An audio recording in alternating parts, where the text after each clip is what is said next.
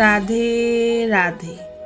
আজ আমরা শুনব একলব্যের মৃত্যু, অভিশাপ এবং তার ধৃষ্টদ্যুম্ন হিসেবে পুনর্জন্মের সেই রোমহর্ষক রহস্য। মহাভারতের সেই নিষিদ্ধ অধ্যায়ের কাহিনী, যা সাধারণত আমরা সবাই জানি। একলব্য তার গুরুভক্তির চরম নিদর্শন হিসেবে নিজের হাতের বুড়ো আঙ্গুল কেটে দ্রোণাচার্যকে দিয়েছিলেন। দ্রোণাচার্যকে বুড়ো আঙ্গুল দান করার পর সবাই ভেবেছিল একলব্য হয়তো আর কোনো দিন ধনুক ধরতে পারবেন না। কিন্তু একলব্যের জেদ ছিল পাহাড়ের মতো অটল। তিনি নিভৃত বনে গিয়ে কঠোর পরিশ্রম শুরু করলেন। তিনি শিখলেন কিভাবে শুধু তর্জনী আর মধ্যমা দিয়ে বাণ নিক্ষেপ করা যায়, এমনকি পায়ের আঙ্গুল ব্যবহার করে কিভাবে লক্ষ্যভেদ করা সম্ভব। কিন্তু দুঃখের বিষয়, এই অসামান্য প্রতিভার সাথে সাথে তার মনে জন্মেছিল এক গভীর অভিমান এবং প্রতিহিংসার আগুন। সেই আগুনের সুযোগ নিলেন মগধের অধিপতি জরাসন্ধ। জরাসন্ধ ছিলেন শ্রীকৃষ্ণের পরম শত্রু। তিনি একলব্যকে প্রলোভন দেখালেন এবং নিজের সেনাপতি পদে নিযুক্ত করলেন। একলব্য ভাবলেন, হস্তিনাপুরের রাজকুমারেরা পাণ্ডব ও কৌরব তার সাথে যে অন্যায় করছে, জরাসন্ধের পক্ষ নিয়ে তিনি তার বদলা নিতে পারবেন। জরাসন্ধ যখন বারবার মথুরা আক্রমণ করতে শুরু করলেন, তখন একলব্য তার তীরের সাহায্যে মথুরার যাদব সেনাদের মধ্যে হাহাকার সৃষ্টি করলেন। তার তীরের গতি ছিল বিদ্যুতের মতো আর লক্ষ্য ছিল অব্যর্থ। একদিন রণক্ষেত্রে শ্রীকৃষ্ণ স্বয়ং একলব্যের সামনে এসে দাঁড়ালেন। কৃষ্ণ দেখলেন একলব্যের প্রতিভা এখন আর সাধনা নয়, বরং তা অধর্মের এবং বিনাশের হাতিয়ারে পরিণত হয়েছে। কৃষ্ণ একলব্যকে বুঝিয়েছিলেন, হে বীর, তুমি জরাসন্ধের মতো এক পাপিষ্ঠের ছায়ায় আশ্রয় নিয়ে নিজের তেজ নষ্ট করছ। ফিরে এসো ন্যায়ের পথে। কিন্তু একলব্য তার ব্যক্তিগত আনুগত্যের দোহাই দিয়ে কৃষ্ণের উপর আক্রমণ করেন। ধর্ম রক্ষার স্বার্থে এবং কুরুক্ষেত্রের যুদ্ধে অধর্মের পাল্লা যাতে ভারী না হয়, সেই কারণে কৃষ্ণ তার সুদর্শন চক্রের সাহায্যে একলব্যকে হত্যা করেন। কিন্তু গল্পের আসল মোড় আসে এখানে।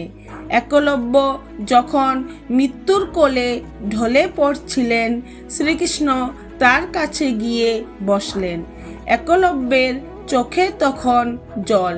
কৃষ্ণ পরম মমতায় তার মাথায় হাত রেখে বললেন, একলব্য, তুমি বীর, কিন্তু তোমার পথ ছিল ভুল। দ্রোণাচার্য তোমার আঙ্গুল নিয়ে তোমার প্রতি যে অবিচার করেছিলেন, তার বিচার আমি করব। আমি তোমাকে বর দিচ্ছি, পরের জন্মে তুমি পাঞ্চাল রাজ দ্রুপদের যজ্ঞের অগ্নি থেকে জন্ম নেবে। তখন তোমার নাম হবে ধৃষ্টদ্যুম্ন।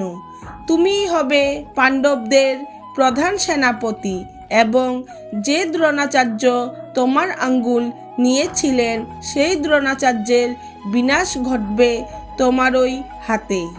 এই কাহিনী আমাদের শেখায়, একলব্যের জীবনের এই কাহিনী শুধু বীরত্বের গল্প নয়, এটি মানুষের অন্তরের পথ চলার এক গভীর প্রতিচ্ছবি।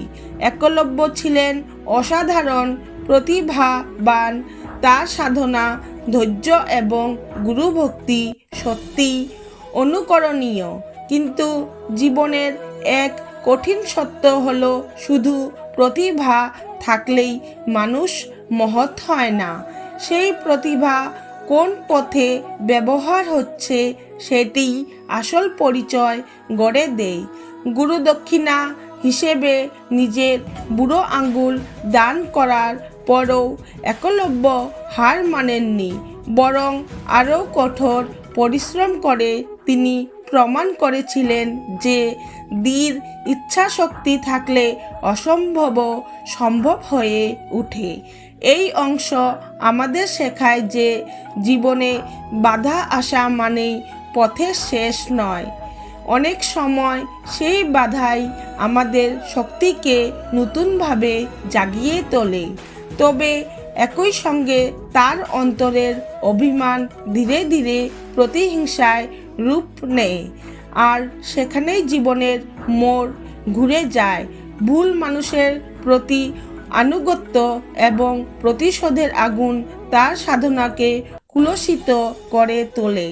যখন তিনি অধর্মের পক্ষে নিজের শক্তি ব্যবহার করতে শুরু করেন, তখন সেই শক্তি তার পতনের কারণ হয়ে দাঁড়ায়। এই ঘটনাগুলো আমাদের মনে করিয়ে দেয় যে কৃতজ্ঞতা ও আনুগত্য মহৎ গুণ হলেও তা কখনোই ন্যায় বোধকে অন্ধ করে দেওয়া উচিত নয়। সত্য ও ধর্মের পথ থেকে সরে গেলে প্রতিভা, পরিশ্রম সবই এক সময় অর্থহীন হয়ে যায়। অবশেষে মৃত্যুর মুহূর্তে একলব্যের জীবনের সবচেয়ে বড় শিক্ষা প্রকাশ পায়। মানুষ ভুল করতেই পারে, কিন্তু প্রতিটি কর্মের ফল অনিবার্য। জীবনের অন্যায়, অবিচার বা কষ্ট কখনোই বৃথা যায় না। সময় নিজের নিয়মে তার বিচার করে। তাই প্রতিশোধ নয়, অন্তরের পবিত্রতা এবং সঠিক পথ বেছে নেওয়াই প্রকৃত বিজয় এনে দেয়। একলব্যের গল্প আমাদের শেখায় বিনয়, আত্মসংযম এবং ন্যায়ের প্রতি অটল থাকার গুরুত্ব। জীবনে যতই কষ্ট বা অবহেলা আসুক, যদি আমরা অন্তরের সততা ধরে রাখতে পারি, তবে শেষ পর্যন্ত সেই সততাই আমাদের প্রকৃত শক্তি হয়ে ওঠে এবং আমাদের পথকে আলোকিত করে। রাধে রাধে। প্রিয় ভক্তগণ, আপনাদের যদি এই কাহিনী ভালো লেগে থাকে তাহলে অবশ্যই লাইক করুন এবং কমেন্টে লিখুন রাধে রাধে। এবং এমন আরও ভক্তিমূলক গল্প পেতে আমার চ্যানেলটি সাবস্ক্রাইব করুন।